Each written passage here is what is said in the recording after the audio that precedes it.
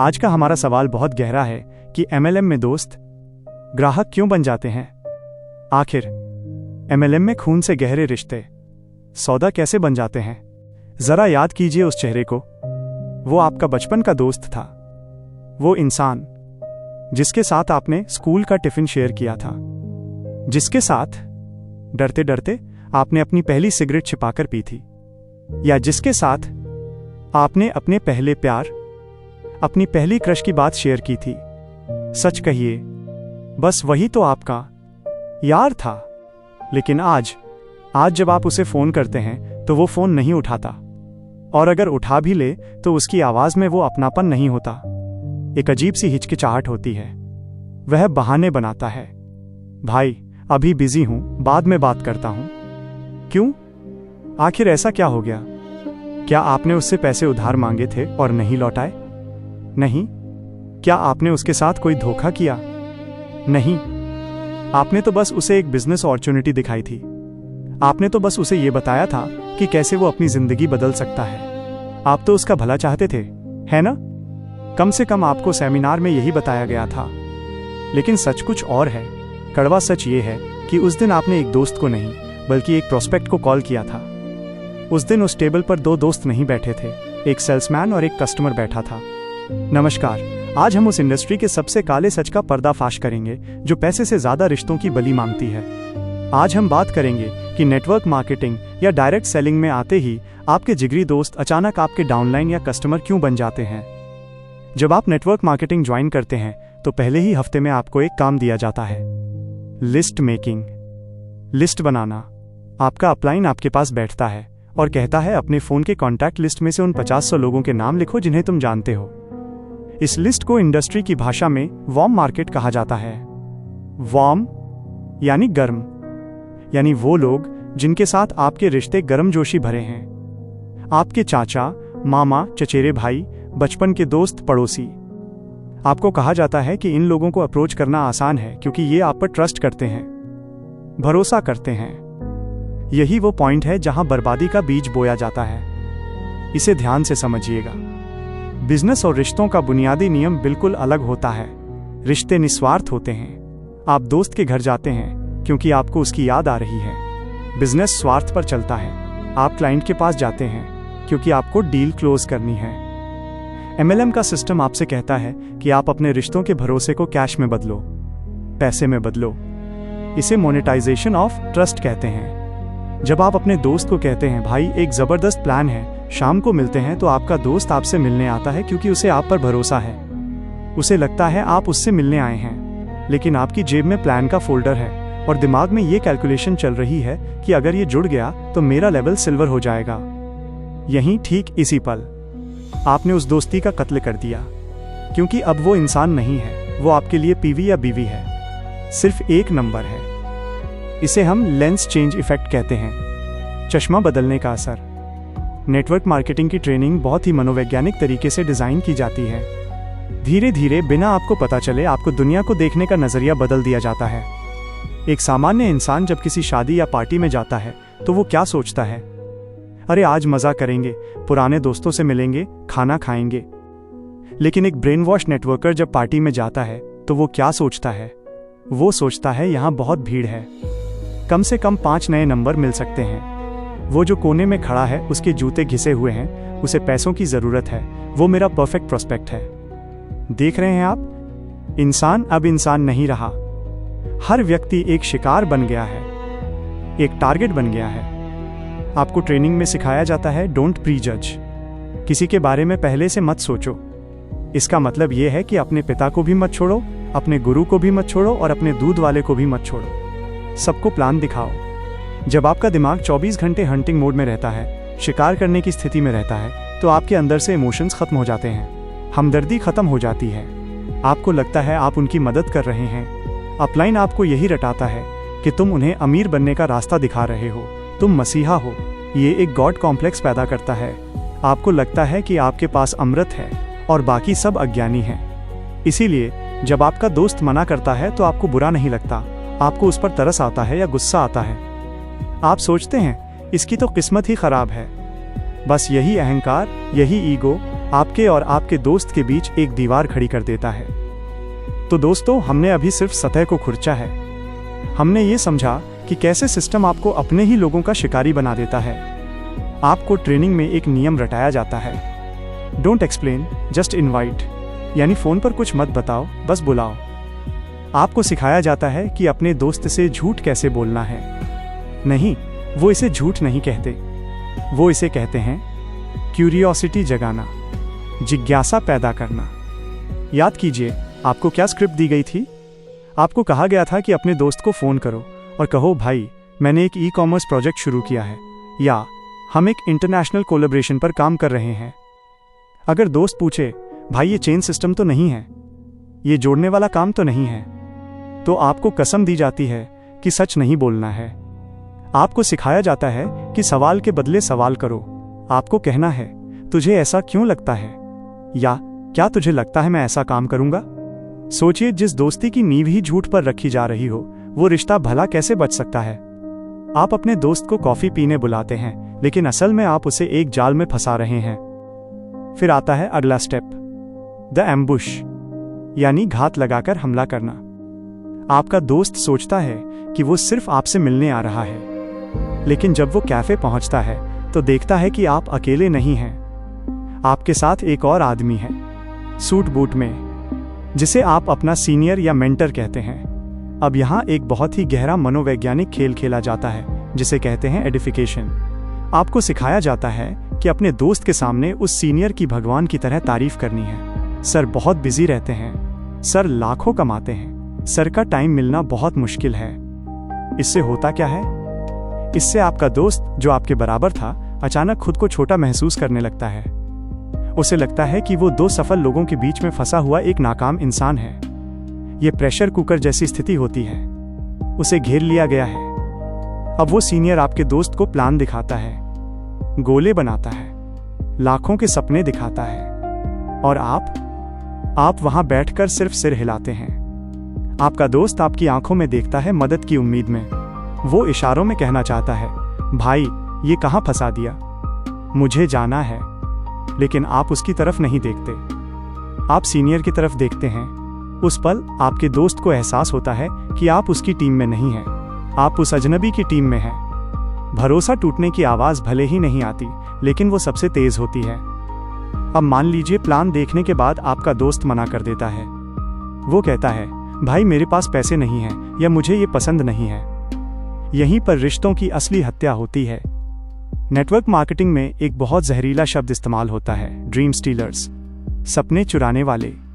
जैसे ही आपका दोस्त मना करता है, आपका अपलाइन आपको साइड में ले जाकर कहता है, देखा, ये नेगेटिव इंसान है, ये नहीं चाहता कि तुम अमीर बनो, ये तुम्हारे सपने चुरा रहा है, इससे दूर रहो। आपको एक मशीन की तरह बना दिया जाता है। एक नारा रटाया जाता है, some will, some won't, so what, someone is waiting. कोई करेगा, कोई नहीं करेगा, तो क्या हुआ, कोई और इंतजार कर रहा है। नेक्स्ट, आपका बचपन का दोस्त अब सिर्फ एक रिजेक्टेड माल बनकर रह जाता है। आपको कहा जाता है कि अगर कामयाब होना है तो ऐसे नेगेटिव दोस्तों को अपनी जिंदगी से काट दो, उन्हें ब्लॉक कर दो, उनसे मिलना बंद कर दो। सिस्टम आपको समझाता है कि आप शेर हैं और वो भेड़ें हैं, और शेर भेड़ों के साथ नहीं घूमते। धीरे धीरे आप अपने सारे पुराने दोस्तों से कट जाते हैं। आप सिर्फ उन लोगों के साथ उठने बैठने लगते हैं जो उसी कंपनी में हैं। आपकी दुनिया सिमट कर उस सेमिनार हॉल तक रह जाती है। अब आपके पास कोई ऐसा दोस्त नहीं बचा जो आपको सच बता सके, जो आपको कह सके कि भाई तू गलत रास्ते पे है। आपने अपने रक्षक खुद ही हटा दिए हैं। अब आप अकेले हैं, बिल्कुल अकेले। लेकिन कहानी यहाँ खत्म नहीं होती। अभी तो हमने सिर्फ दोस्तों को खोया है। अगला हिस्सा और भी खौफनाक है। दोस्तों को ब्लॉक करना आसान होता है, उनसे मिलना बंद करना आसान होता है, लेकिन उनका क्या जो आपके साथ एक ही छत के नीचे रहते हैं? आपका परिवार, आपके माता पिता, आपके भाई बहन, या आपकी पत्नी और बच्चे। नेटवर्क मार्केटिंग का असली जहर जब घर के अंदर पहुंचता है तो वो सिर्फ पैसा नहीं जलाता, वो घर की शांति जला देता है। शुरुआत होती है प्रोडक्ट से। आपको कंपनी में टारगेट दिया जाता है, अपनी दुकान बदलो, लॉयल्टी दिखाओ। अचानक आप अपने घर में घुसते हैं और कहते हैं, माँ ये बाजार वाला तेल और साबुन फेंक दो, ये जहर है। हम अब सिर्फ अपनी कंपनी का हर्बल प्रोडक्ट यूज करेंगे। माँ कहती है, बेटा ये बाजार वाले से 4 गुना महंगा है, हमारा बजट बिगड़ जाएगा। लेकिन आप नहीं सुनते। आप कहते हैं आप लोग हेल्थ नहीं समझते। असलियत यह है कि आपको उनकी हेल्थ की चिंता नहीं है, आपको अपने पीवी की चिंता है। आपको अपना टर्नओवर घुमाना है। धीरे धीरे घर का राशन नहीं रहता, वो आपके लिए टारगेट बन जाता है। हर महीने की पहली तारीख को घर में क्लेश होता है, बहस होती है। पिताजी कहते हैं पैसे कहाँ जा रहे हैं, और आप कहते हैं ये खर्चा नहीं, इन्वेस्टमेंट है। फिर आता है दूसरा चरण, समय की बर्बादी। संडे, रविवार, जो परिवार का दिन होता है। लेकिन आपके अपलाइन ने कहा है अगर अमीर बनना है तो 3 साल के लिए परिवार को भूल जाओ। हर संडे सेमिनार में आओ। घर में बहन की सगाई है लेकिन आप मीटिंग में हैं। बेटे का जन्मदिन है लेकिन आप ट्रेनिंग में हैं। पिताजी बीमार हैं लेकिन आप किसी अजनबी को प्लान दिखा रहे हैं। जब घर वाले शिकायत करते हैं तो आपको ट्रेनिंग में सिखाया गया जवाब याद आता है। आप उनसे कहते हैं मैं ये सब आप लोगों के लिए ही तो कर रहा हूँ। जब मैं डायमंड बन जाऊंगा तो हम सब स्विट्जरलैंड जाएंगे। आप भविष्य के एक झूठे सपने के लिए अपने आज के खूबसूरत पलों को मार देते हैं। आप घर पर होकर भी घर पर नहीं होते। आपका शरीर सोफे पर बैठा होता है लेकिन आपका दिमाग अगले लेवल के बारे में सोच रहा होता है। आप अपने बच्चों की बातें नहीं सुन रहे, आप फोन पर अपनी टीम को मोटिवेट कर रहे हैं। फिर आती है वो स्टेज जो सबसे खतरनाक है, सम्मान का खत्म होना। आपके अपलाइन आपको समझाते हैं कि जिनके पास जॉब मेंटालिटी है, यानी जो नौकरी करते हैं, वो गुलाम हैं। वो बड़े सपने नहीं देख सकते। अचानक आपको अपने पिता, जिन्होंने 30 साल नौकरी करके आपको पाला, वो आपको छोटे लगने लगते हैं। आपको लगता है वो लूजर हैं, उन्हें बिजनेस की समझ नहीं है। जब पिताजी कहते हैं बेटा ये सब छोड़ और कोई ढंग की नौकरी कर ले, तो आप उन पर चिल्ला पड़ते हैं। आप कहते हैं आप नहीं समझोगे, आपका विजन छोटा है, मुझे सारी जिंदगी आपकी तरह घिसना नहीं है। सोचिए उस पिता के दिल पर क्या गुजरती होगी जिसने अपनी मेहनत की कमाई से आपको बड़ा किया। आज आप उसी को अनपढ़ और नासमझ साबित करने में लगे हैं, सिर्फ इसलिए क्योंकि एक सूट वाले आदमी ने स्टेज से चीख चीख कर आपको मोटिवेट कर दिया है। घर का माहौल बदलने लगता है। अब खाने की टेबल पर हंसी मजाक नहीं होता, अब वहां सन्नाटा होता है या फिर ताने होते हैं। घर वाले अब आपसे डरने लगते हैं कि कहीं आप फिर से पैसे ना मांग लें, कहीं आप फिर से किसी रिश्तेदार को जोड़ने की बात न शुरू कर दें। रिश्तेदारों में आपकी बदनामी शुरू हो जाती है। मामा जी फोन करते हैं तो पिताजी शर्म से नजरें झुका लेते हैं, क्योंकि आपने मामा जी को भी प्लान दिखाकर परेशान कर दिया था। आप एक ऐसे इंसान बन जाते हैं जिससे सब कतराने लगते हैं, और जब रात को आप बिस्तर पर लेटते हैं तो आपको भी अंदर ही अंदर महसूस होता है कि कुछ तो गलत है, लेकिन आप मान नहीं सकते क्योंकि सिस्टम ने आपको बताया है नेवर गिव अप, हार मत मानो। लेकिन सच ये है आप हार चुके हैं। आप उन लोगों को हार चुके हैं जो आपसे बिना शर्त प्यार करते थे। अब सवाल ये है कि इस सब का अंत क्या होता है। आपने अपने दोस्तों को खो दिया है, आपने अपने परिवार को नाराज कर दिया है, आप दुनिया से कट चुके हैं। अब आप अकेले हैं, सिर्फ आप और आपकी तथाकथित टीम। इस भाग में हम देखेंगे उस इंसान को जो आईने में खड़ा है, यानी आप खुद। नेटवर्क मार्केटिंग सिर्फ रिश्तों को नहीं तोड़ती, ये आपकी पहचान, आपकी आइडेंटिटी को तोड़ देती है। सबसे पहले बात करते हैं fake it till you make it, यानी तब तक दिखावा करो जब तक बन न जाओ। यह मंत्र आपको पहले दिन से रटाया जाता है। आपकी जेब में पेट्रोल डलवाने के पैसे नहीं हैं, लेकिन आपको कहा जाता है कि महंगे कैफे में मीटिंग करो। आप कर्ज में डूबे हैं, लेकिन आपको कहा जाता है कि सूट बूट पहनकर टाई लगाकर ऐसे चलो जैसे आप करोड़पति हों। ये दोहरी जिंदगी, ये डबल लाइफ इंसान को अंदर से खोखला कर देती है। सोचिए आप बस में धक्का खाकर जा रहे हैं, पसीने से लथपथ हैं, लेकिन फोन पर आप किसी को बता रहे हैं कि मेरे पास ऑडी लेने का प्लान है। यह है झूठ, ये रोज का झूठ धीरे धीरे आपके आत्मसम्मान को, आपकी सेल्फ रिस्पेक्ट को खा जाता है। आपको खुद से घिन आने लगती है। फिर आता है आर्थिक जाल, द फाइनेंशियल ट्रैप। लोगों को लगता है कि MLM में सिर्फ ज्वाइनिंग का पैसा लगता है। नहीं, असली खेल तो जुड़ने के बाद शुरू होता है। हर महीने सेमिनार के टिकट, दूर शहरों में जाने का खर्चा, ट्रेनिंग की फीस, मोटिवेशनल किताबें, और सबसे बड़ा झूठ, लेवल मेंटेन करना। महीने की आखिरी तारीख को आपका अपलाइन आपको फोन करता है, अरे भाई तुम्हारा सिल्वर लेवल छूट रहा है, सिर्फ 10,000 का माल कम पड़ रहा है, खुद खरीद लो, अगले महीने बेच देना। लेवल बचाने के चक्कर में आप वो प्रोडक्ट खुद खरीद लेते हैं जिसकी आपको ज़रूरत ही नहीं है। धीरे धीरे आपका घर नहीं रहता, गोदाम बन जाता है। बिस्तर के नीचे, अलमारी के ऊपर, हर जगह बस प्रोडक्ट के डिब्बे पड़े हैं, एक्सपायर हो रहे हैं। इसे इंडस्ट्री में कहते हैं गैराज क्वालिफाइड, यानी जिसका लेवल तो बड़ा है लेकिन घर का गैराज ना बिकने वाले माल से भरा पड़ा है। आप कर्ज लेते हैं, क्रेडिट कार्ड स्वाइप करते हैं, दोस्तों से झूठ बोलकर उधार मांगते हैं, यह सोचकर कि अगले महीने बड़ा चेक आएगा, लेकिन वो चेक कभी नहीं आता। जो आता है वो खर्चे से छोटा होता है। और जब आप टूट जाते हैं, जब आप हिम्मत हारने लगते हैं, तो सिस्टम अपना आखिरी दांव खेलता है। ब्लेम गेम, इल्जाम का खेल। जब आप सफल नहीं होते तो वही अपलाइन जो आपको शेर कहता था अब आपसे कहता है सिस्टम में कोई कमी नहीं है, कंपनी में कोई कमी नहीं है, कमी तुम में है, तुमने मेहनत नहीं की, तुम्हारा क्यों क्लियर नहीं है। ये सबसे गहरी चोट होती है। आप खुद को कोसने लगते हैं, मैं ही नाकारा हूं, मैं ही बेवकूफ़ हूं, सब तो कर रहे हैं, मुझसे ही नहीं हो रहा। आप डिप्रेशन में चले जाते हैं। आप इस चक्रव्यूह में फंस चुके हैं। इसे संक कॉस्ट फैलेसी कहते हैं, यानी आपने इतना पैसा और इज्जत दांव पर लगा दी है कि अब आप पीछे मुड़कर नहीं देख सकते।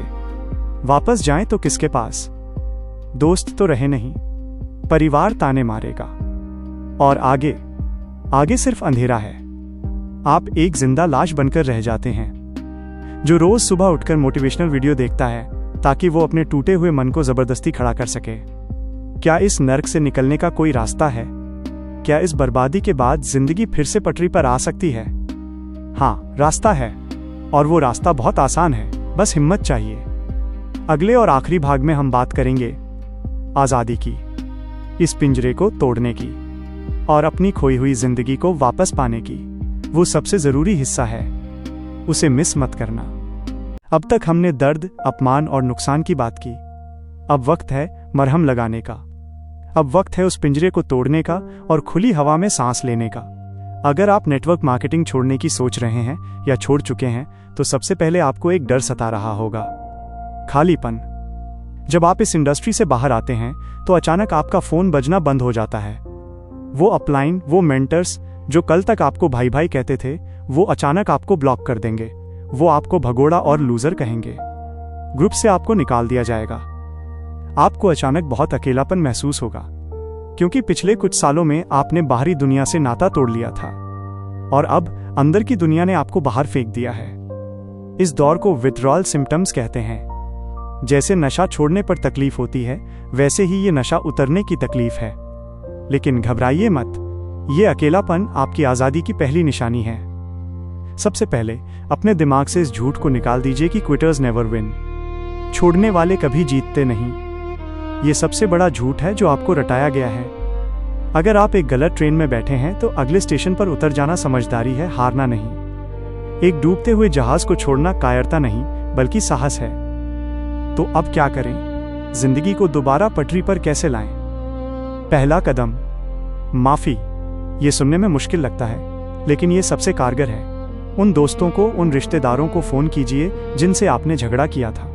उन्हें कोई सफाई मत दीजिए, उन्हें बिजनेस मत समझाइए। बस इतना कहिए, यार मैं भटक गया था, मेरा दिमाग काम नहीं कर रहा था, मुझे तुम्हारी बहुत याद आती है, क्या हम फिर से मिल सकते हैं? यकीन मानिए, आपके असली दोस्त इसी कॉल का इंतजार कर रहे हैं। वो आपको गले लगा लेंगे। वो जानते थे कि आप एक बुरे दौर से गुजर रहे थे। जिस दिन आप अपनी गलती मान लेंगे, उस दिन आपका वो पुराना रिश्ता जिंदा हो जाएगा। दूसरा कदम, असली काम शुरू करें। शॉर्टकट की दुनिया से बाहर आएं। समझिए कि पैसा स्कीम से नहीं, स्किल से आता है, हुनर से आता है। वो जो 3-4 साल आपने वहां बर्बाद किए, उसे एक सबक मानिए। आपने वहां बेचना सीखा, लोगों से बात करना सीखा। अब उस हुनर का इस्तेमाल किसी असली चीज को बेचने में कीजिए। कोई अच्छी नौकरी कीजिए या कोई छोटा सा असली व्यापार कीजिए जहां कोई चेन न बनानी पड़े। शुरुआत में आपको शर्म आएगी। लोग पूछेंगे, अरे तुम्हारी ऑडी कहाँ है? तुम तो करोड़पति बनने वाले थे।